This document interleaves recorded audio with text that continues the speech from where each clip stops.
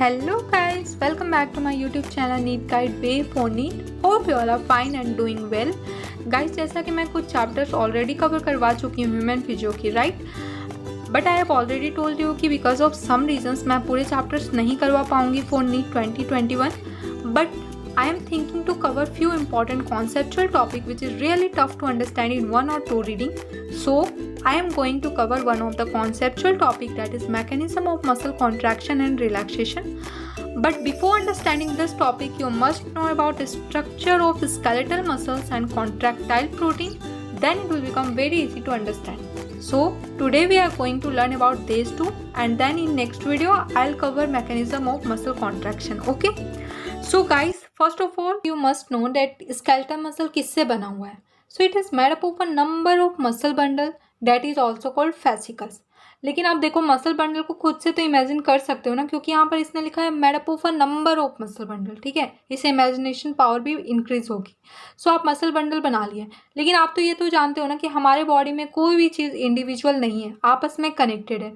तो जब आपने मसल बंडल बना लिया तो आपस में जब कनेक्टेड होंगे तो किसी चीज़ से तो कनेक्टेड होंगे, उसे कहते हैं फैसिया.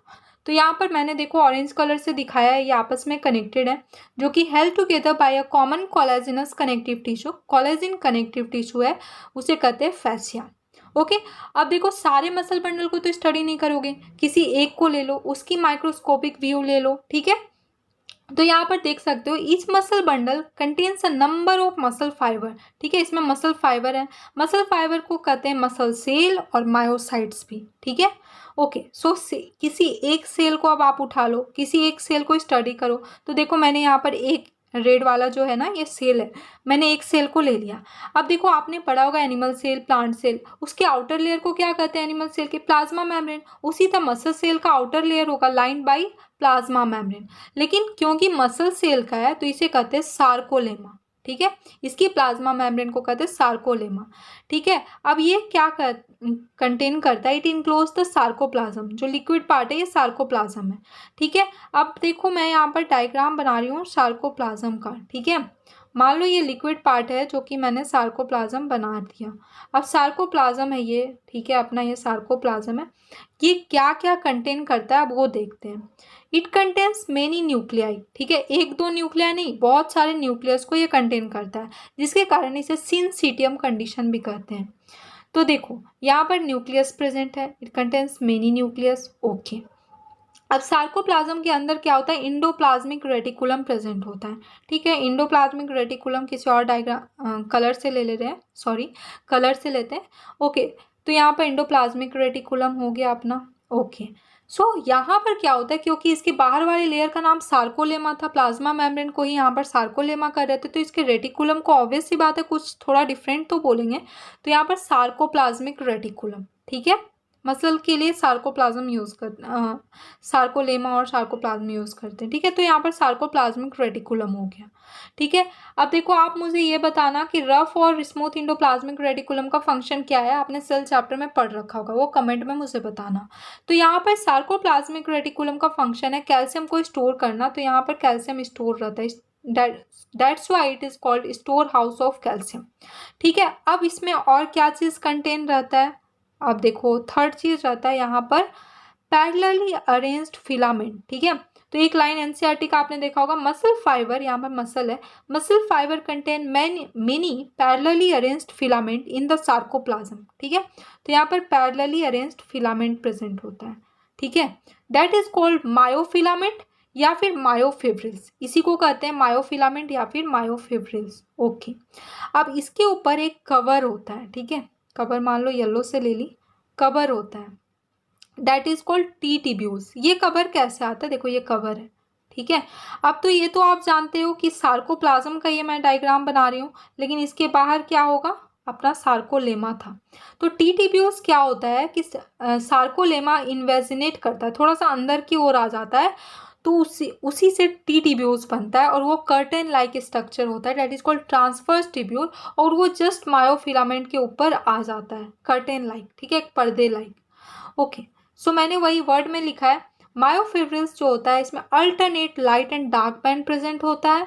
मायोफिब्रिल्स का स्ट्राइटेड अपीयरेंस होता है, इसलिए कह सकते हो स्केलेटल मसल का अपीयरेंस कैसा होता है, स्ट्राइटेड होता है, because of the presence of two proteins that is actin and myosin. Actin जो होता है थिन फिलामेंट होता है, मायोसिन होता है थिक फिलामेंट। देखो मायोफिब्रिल के ऊपर मैंने बताया मायोफिलामेंट ऐसा जो पैरेलल उसके ऊपर कवर था, T tubule that is transverse tubules which is curtain like and it is invaginated by the sarcolemma. Sarcolemma अंदर की ओर आया और मायोफिब्रिल को कवर कर दिया, ठीक है, तो वो वही हो गया टी टिब्यूल्स। अब ये डायग्राम देखो, ये तो एनसीईआरटी का डायग्राम है, आप देख सकते हो ये मसल बंडल है 1 2 3 4, उसके अंदर क्या छोटा छोटा मसल फाइबर है that is called muscle cell और ऑल्सो कॉल्ड मायोसाइट्स। ये देखो उसके आउटर लेयर को सार्कोलेमा बोल रहे हैं, ठीक है। ब्लड कैपिलरी तो प्रेजेंट होगी तभी तो ब्लड जाएगी, ओके। नाउ मैंने बताया मायोफिब्रिल्स क्या होता है, alternate light and dark band present contain करता है। तो लाइट बैंड में क्या होता है, ओनली एक्टिन प्रोटीन प्रेजेंट होती है, इसे कहते हैं आई बैंड और आइसोट्रोपिक बैंड। देखो याद रखने के लाइट में आई आ रहा है, लाई आई, ठीक है, तो आई बैंड और आइसोट्रोपिक बैंड याद रहेगा। It's shorten during contraction. देखो कॉन्ट्रैक्शन के टाइम क्या होता है, ये छोटा हो जाता है, ठीक है। अब इसके सेंटर से एक डार्क लाइन पास करता है। देखो मान लो आपने ये आई बैंड बना दिया, इसके सेंटर से एक डार्क लाइन पास करेगा, ये डार्क लाइन है, that is called Z line, ठीक है। अब जेड लाइन का कुछ कैरेक्टरिस्टिक है, that is densely stained multilayer membrane. ये कैसा होता है, डेंसली स्टेन्ड मल्टीलेयर मेम्ब्रेन है, ठीक है, and is not affected by the contraction. So आपने मान लो अगर ये बनाए आई बैंड और ये बनाए आप जेड लाइन, तो ये कॉन्ट्रैक्शन के टाइम कोई इफेक्ट नहीं होगा, ये जैसे का जितना लेंथ है उतना ही रहेगा, ओके।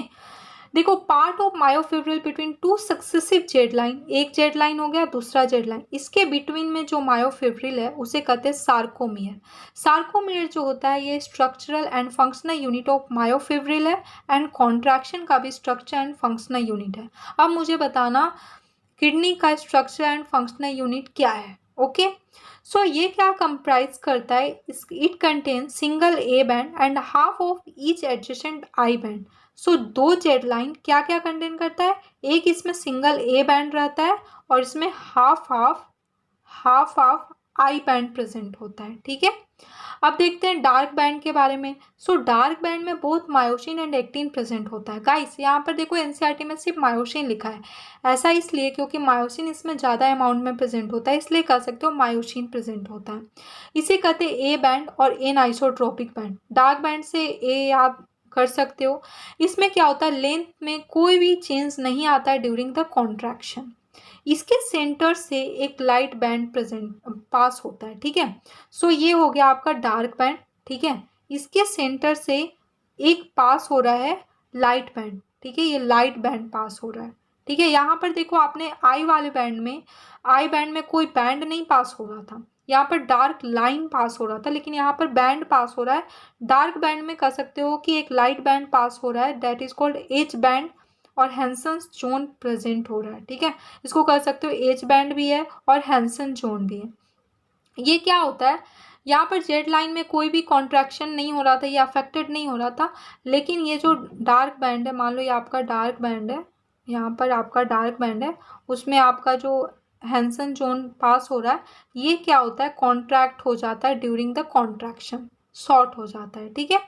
उसके बीच से एक लाइन क्रॉस करती है, that is called M line. देखो यहाँ पर कोई बैंड के बीच से कोई लाइन नहीं पास कर रहा था आइसोट्रोपिक बैंड में, बट एन आइसोट्रोपिक में एक लाइट बैंड पास होगा पहले, और लाइट बैंड के बीच से एक लाइन पास होगा, that is called M line.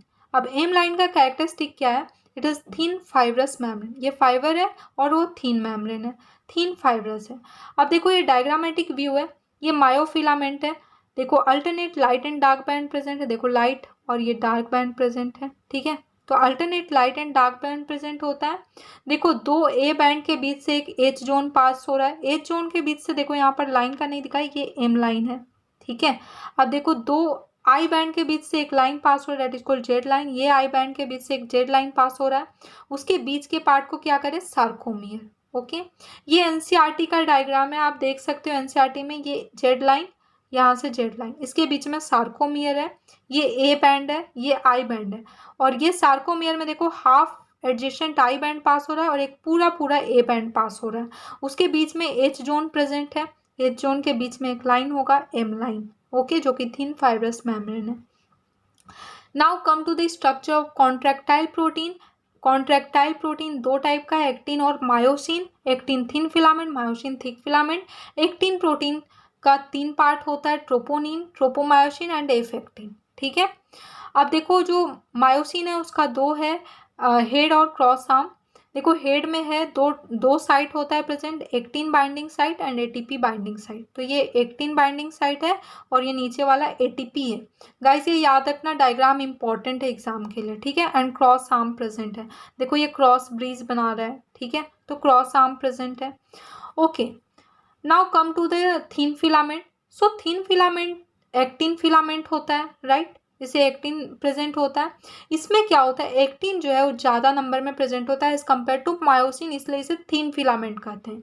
इसमें क्या होता है, 6 of them surround each myosin filament and more in number than myosin filament. 6 जो एक्टिन फिलामेंट है वो एक मायोसिन को कवर करता है और ये एक्टिन जो है ज़्यादा नंबर में है इसलिए ये थिन फिलामेंट है। तो यहाँ पर एक्टिन देख सकते हो कि 6 मिलकर एक मायोसिन को कवर कर रहा है। इसमें क्रॉस ब्रीज एब्सेंट होता है। अगर क्रॉस ब्रीज एब्सेंट है तो स्मूथ सरफेस होगा, क्रॉस ब्रीज प्रेजेंट है, मान लो आप बालों का चोटी बना देते हो तो थोड़ा रफ दिखता है, अगर खुला कर देते हो तो स्मूथ दिखता है। तो यहाँ पर वही है, बालों का चोटी नहीं है, क्रॉस ब्रीज एब्सेंट है इसलिए स्मूथ सरफेस है। ये क्या होता है, एच जोन में स्लाइड कर जाता है, ठीक है। एच जोन आपको मैंने बताया ड्यूरिंग द कॉन्ट्रैक्शन। और ये थिन फिलामेंट कैसा होता है, ये जेड लाइन के पास कनेक्टेड होता है एक तरफ से और एक तरफ से फ्री होता है, तो free at one end and join to Z line at other end. ये 3 प्रोटीन से बना होता है। First one is actin, okay. So अब एक्टिन के बारे में पढ़ लेते हैं। एक्टिन तो मैंने दिखा दिया, ठीक है। एक्टिन जो सर्कल सर्कल था देख लो फिर से, एक्टिन कैसा है, ये एनसीईआरटी का डायग्राम देखो, ये सर्कल सर्कल जो बड़ा वाला बॉल है ये एक दूसरे से 2 बॉल मतलब हेलिकली बॉन्ड है। और जो ट्रोपोमायोसिन है वो रस्सी रॉप की तरह है, ट्रोपोनिन ट्रोपोमायोसिन के ऊपर प्रेजेंट है, ठीक है। अब मैं इसे ही पढ़ाने वाली हूँ। So it is made up of 3 protein. First one is actin. Actin जो है वो लो मॉलिकुलर वेट होता है, ठीक है। It consist of 2 filamentous actin helically wound to each other. आपने देखा कि 2 फिलामेंट एक्टिन क्या है, आपस में हेलिकली है, ठीक है। वो ग्लोबुलर प्रोटीन है बट हेलिकली वोन्ड है, okay. It is a globular protein, आपने भी देखा। It is present in 2 forms. First one is monomeric G-actin which polymerize in the presence of magnesium ion to form polymeric F-actin। तो आपको NCERT में कौन सा दिखा है, पॉलीमरिक F-actin। मैं आपको मोनोमरिक फॉर्म भी दिखा रही हूँ, देखो ये मोनोमरिक फॉर्म है, ठीक है। मोनोमर है, ये आपस में जुड़कर क्या बनाया, पॉलीमराइज होकर बनाया F-actin, okay. Now come to the second protein that is tropomyosin, ठीक है। ट्रोपोमायोसिन क्या है, ये फाइब्रस मॉलिक्यूल है, जो रोप जैसा दिख रहा था वही है tropomyosin. 2 filament of tropomyosin run closely along the entire length of actin. Actin के पूरा जितना बड़ा एक्टिन होगा उतना ही ट्रोपोमायोसिन होगा, उतना ही रन करेगा। अब रेस्टिंग स्टेट में क्या होता है, ये एक्टिन और मायोसिन को सेपरेट करता है। जब हमारा मसल कॉन्ट्रैक्ट नहीं होता, हम रिलैक्स कर रहे होते हैं, तब ये क्या करता है, ये एक्टिन और मायोसिन को क्रॉस ब्रिज नहीं बनाने देता, इसलिए तो हमारा मसल उस टाइम रेस्टिंग स्टेट में रहता है। कैसे ये करता है, by binding to the myosin binding site on actin filament. Guys देखो, मान लो ये हमारा एक्टिन है, ठीक है, ये एक्टिन है, इस पे क्या होता है, इस पे हमारा मायोसिन बाइंडिंग साइट प्रेजेंट होता है, ठीक है, ये मायोसिन बाइंडिंग साइट। जब हमारा बॉडी रेस्टिंग कंडीशन में होता है, जब हमारा मसल रेस्टिंग कंडीशन में होता है, तो ट्रोपोमायोसिन यहाँ पर मायोसिन नहीं अटैच होकर यहाँ पर ट्रोपोमायोसिन अटैच हो जाता है, ठीक है। जब हमारा बॉडी रेस्टिंग कंडीशन में होता है तो यहाँ पर ट्रोपोमायोसिन, जहाँ पर मायोसिन को अटैच होना है, बाइंड करना है, वहाँ पर ट्रोपोमायोसिन बाइंड कर जाता है, ठीक है। और इस तरह से जब एक्टिन और मायोसिन जब मिलेगा तो क्रॉस ब्रिज बनाएगा, लेकिन ये क्रॉस ब्रिज नहीं बना पाता है, तो इसलिए हमारा मसल कॉन्ट्रैक्ट नहीं होता है। तो इस तरह से thus prevent contraction of muscle fiber, ठीक है। Now come to the troponin. Troponin जो वही ट्रोपोमायोसिन के ऊपर जो 3 नंबर में प्रेजेंट था, छोटा बॉल, तो वो ट्राइमेरिक प्रोटीन आप देख रहे हो। It is present on regular interval of tropomyosin. Tropomyosin के रेगुलर इंटरवल पे प्रेजेंट है। ये क्या करता है, इसका काम क्या है, ये भी ट्रोपोमायोसिन की तरह ही काम कर रहा है। It mask the active binding site for myosin on actin filament. Actin filament पे जो मायोसिन को बाइंड करने का साइट है वहाँ पर मास्क लगा देता है, जैसे आप फेस मास्क यूज़ करते होगे या फिर अभी मास्क यूज़ करते हो कोरोना से बचने के लिए, उसी तरह ये मास्क लगा देता है, ठीक है, ताकि क्रॉस ब्रिज ना बने, ठीक है। ये भी ट्रोपोमायोसिन की तरह ही काम कर रहा है। इसके 3 यूनिट होते हैं, आपने देखा ये 3 बॉल प्रेजेंट होता है, इसके 3 यूनिट होते हैं। First one is I, second one is T and third one is C. ITC, ITC की कंपनी ये खोल के रखे। सो आई का क्या काम है, आई के नाम से ही लग रहा है इनिबिटर है ये, तो ये इनिबिट करता है एक्टिन मायोसिन के इंट्रैक्शन को and binding to other component of troponin. तो ये 2 काम करता है, पहला तो इनिबिट करता है मायोसिन और एक्टिन का इंट्रैक्शन, और दूसरा ये भी ध्यान रखता है कि कोई और कंपोनेंट जो ट्रोपोनिन का अनदर कंपोनेंट है लाइक टी और सी है, वो आकर बाइंड ना कर जाए एक्टिन पे, ठीक है। नाउ ट्रोपोनिन टी का क्या काम है, it is the binding site for tropomyosin, नाम से ही पता चल रहा है टी है, ठीक है। तो ट्रोपोमायोसिन का ये बाइंडिंग साइट है, यहाँ पर ट्रोपोमायोसिन आकर बाइंड करता है। ट्रोपोनिन सी का क्या काम है, it is the binding site for calcium, C से कैल्शियम, तो ये बाइंडिंग साइट कैल्शियम का है। गाइस ये याद रखना, जब आप mechanism of muscle contraction relaxation पढ़ोगे तो उसमें काम आएगा। देखो रटने से तो होगा नहीं ह्यूमन फिजियो, जब समझोगे तो ज़्यादा मज़ा आएगा। ओके, सो ट्रोपोमायोसिन यहाँ पर देख सकते हो रोप वाला स्ट्रक्चर, ट्रोपोनिन देख सकते हो 3 जो कि ट्रोपोनिन कॉम्प्लेक्स आई टी और सी बना रहा है। एफ एक्टिन देख सकते हो ग्लोबुलर प्रोटीन। ओके, ट्रोपोमायोसिन यही जो रस्सी टाइप रोप जा रही है। Okay, now come to the thick filament. Thick filament में क्या होता है, मायोसिन फिलामेंट होता है। ये देखो मायोसिन हमेशा एक्टिन फिलामेंट से कम है, तो फ्यूअर देन एक्टिन फिलामेंट इसलिए बोला गया। क्यों, and 3 sound is actin filament, यहाँ पर 3 मिलकर एक एक्टिन फिलामेंट को कवर करता है और वहाँ पर 6 एक्टिन मिलकर एक मायोसिन को कवर करता है। तो इस तरह से आप देख सकते हो कि ये फ्यू होता है as compare to actin filament. Okay, now यहाँ पर क्रॉस ब्रिज प्रेजेंट होता है, इसलिए ये रफ सरफेस है। Okay, it don't slide during the contraction, ये कॉन्ट्रैक्शन के टाइम स्लाइड नहीं करता है। It is made by polymerised protein, ठीक है, तो उसे मायोसिन कहते हैं। लेकिन जो मोनोमरिक फॉर्म होता है वो पॉलीमराइज बनाकर मायोसिन बनाता है। तो जो मोनोमरिक प्रोटीन है दैट इज कॉल्ड मेरोमायोसिन, वो पॉलीमराइज होगा और वो मायोसिन बनाएगा। मोनोमरिक प्रोटीन का 2 पार्ट होता है, first one is heavy meromyosin and the second one is light meromyosin. तो हेवी मेरोमायोसिन क्या होता है, it is a globular head with a short arm. देखो एक तो ये ग्लोबुलर हेड है, उसके बाद इसका आर्म भी छोटा है, मतलब ये तो बड़ा सा तोंद लेकर खड़ा है, तो मतलब ये हेवी मेरोमायोसिन है। अब ये क्या होता है, इसका ग्लोबुलर हेड तो है बट इसका टेल बड़ा है, तो इस तरह से ये लाइट हो जाता है। मतलब कोई इंसान अगर मान लो छोटा भी है और मोटा भी है तो वो हेवी दिखेगा। अब अगर कोई मान लो हेवी है पर वो लंबा है तो वो थोड़ा लाइट दिखेगा। ओके, नाउ देखो ग्लोबुलर हेड का, ये वाली मैं क्रॉस आर्म बताऊंगी, लेकिन उससे पहले ग्लोबुलर हेड में क्या क्या होता है वो पता कर लेते हैं। तो ग्लोबुलर हेड में 2 साइड प्रेजेंट होता है, एक साइड जो होता है साइड फॉर एक्टिन और दूसरा साइड जो होता है बाइंडिंग साइड फॉर एटीपी। और ये जो ग्लोबुलर हेड है ये एक्ट करता है एटीपेज एंजाइम की तरह।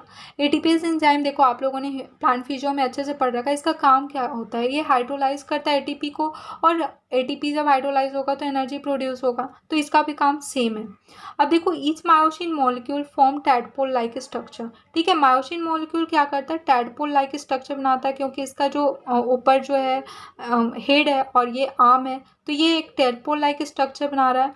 वे tail of molecule join to form body of myosin filament, tail आपस में जुड़कर क्या बना रहा है, बॉडी बना रहा है मायोसिन फिलामेंट का। Okay, so head and short arm protrude out of the body and make cross bridge with actin. देखो हेड और शॉर्ट आर्म क्या हो रहा है, बाहर की ओर निकल रहा है और एक्टिन के साथ कनेक्ट हो रहा है। जैसे ही ये मायोसिन जो है एक्टिन के साथ कनेक्ट होता है तो क्रॉस ब्रिज बनाता है। क्रॉस ब्रिज जब भी बनेगा तो वहाँ पर कॉन्ट्रैक्शन होगा, ठीक है। अब देखो यहाँ पर मैंने बताया था project outward at regular distance and angle from each other from the surface of polymerised myosin filament that is called cross arm, ठीक है। तो ये जो ग्लोबुलर हेड है ना वो क्या करता है, प्रोजेक्ट करता है, अपने आप को बाहर निकालता है एक रेगुलर डिस्टेंस पे और एंगल पे from the surface of polymerised myosin, ठीक है। मायोसिन के ऊपर ऐसे निकालता है अपने आप को एक रेगुलर डिस्टेंस और एंगल पे, तो इसे कहते हैं क्रॉस आर्म, ठीक है। ये क्रॉस आर्म बनाता है और वो किससे क्रॉस आर्म बनाकर किससे कनेक्ट होता है, एक्टिन से, और तब हमारा मसल कॉन्ट्रैक्ट करता है। ये जब आप mechanism of muscle contraction relaxation पढ़ोगे तब पता चलेगा ना। बोथ द प्रोटीन जो कि एक्टिन और मायोसिन आपने पढ़ा are arranged is rod like structure, ये रॉड लाइक स्ट्रक्चर अरेंज है, लाइक ये हो गया एक्टिन, फिर यहाँ पर जो मतलब ब्लैंक दिख रहा हो मायोसिन, मान लो आपने ये हो गया मायोसिन, फिर ये जो ब्लैंक दिख रहा हो एक्टिन हो गया, फिर ये मायोसिन, फिर एक्टिन, फिर मायोसिन, फिर एक्टिन, फिर myosin, rod like structure present है और ये एक दूसरे से पैरेलली अरेंज्ड होता है। ये पैरेलली एक दूसरे से तो अरेंज होता ही है और ये पैरेलली अरेंज होता है longitudinal axis of the myofibril. ठीक है, मायोफिब्रिल के भी लॉन्गिट्यूडनल एक्सिस के पैरेलल प्रेजेंट होता है। ठीक है, अब देखो ये डायग्राम देख सकते हो, मैंने वो इमेजिनरी डायग्राम बनाया था गाइस, उसी तरह आप भी इमेजिन कर सकते हो। यहाँ पर देखो टैडपोल लाइक स्ट्रक्चर था और मैंने बताया कि वो जैसे बाहर निकलता है और बाहर निकल के कैच कर लेता है एक्टिन को तो क्रॉस ब्रिज बनाता है। अब देखो उसका रियल डायग्राम भी कुछ ऐसा ही है, तो कुछ इमेजिन करोगे तो ज़्यादा अच्छा इमेजिनेशन पावर बढ़ेगी। ओके, सो यहाँ पर भी देखो ये बाहर निकला और एक्टिन को अपने मतलब कैच कर लिया और कैच करते ही क्या हुआ, क्रॉस ब्रिज बना लिया, मतलब हमारा मसल कॉन्ट्रैक्ट हो रहा है। ठीक है, ये डायग्रामेटिक रिप्रेजेंटेशन है, मतलब ट्री डायग्राम है स्केलेटल मसल का, जो कि मैंने गूगल से लिया है और आप भी देख सकते हो। ये बहुत अच्छा लगा मुझे, जो कि मैं आपको दिखाना चाह रही हूँ ना। Skeletal muscle, so skeletal muscle consist of connective tissue, muscle fascicles, blood vessels, nerves. Okay, now muscle fibre, और देखो muscle fascicle that is also called muscle bundle. Muscle bundle क्या कंटेन करता है, मसल सेल। ठीक है, muscle cell में क्या होता है, देखो उसके बाहर वाले पार्ट सार्कोलेमा, उसके अंदर आओगे तो सार्कोप्लाज्म, और सार्कोप्लाज्म क्या कंसिस्ट करता है, multiple nucleus that is syncytial condition. Sarcoplasm में क्या प्रेजेंट होता है, sarcoplasmic reticulum, myofibrils, mitochondria, glycogen granules और मायोग्लोबिन, जो मैंने नहीं पढ़ाया बट ये दोनों पढ़ाया, बट ये सारे प्रेजेंट होते हैं। मायोफिब्रिल्स में क्या होता है, एक्टिन और मायोसिन। ओके, तो एक्टिन में कौन कौन सा हो गया, ट्रोपोनिन, एक्टिन, एफ एक्टिन पढ़े आपने, ट्रोपोमायोसिन, ओके मायोसिन। ये हो गया सारा थिन फिलामेंट, ये हो गया सारा थिक फिलामेंट, ये दोनों मिलकर क्या बनाया, सार्कोमियर। सार्कोमियर क्या होता है, structure and functional unit of किसका, वो मुझे बताना, मैंने पढ़ाया इसमें। Okay, so guys, if this video is really beneficial for you, then please like and subscribe my channel and share it among your friends too. मिलते हैं फिर नेक्स्ट वीडियो में, till then bye bye, take care.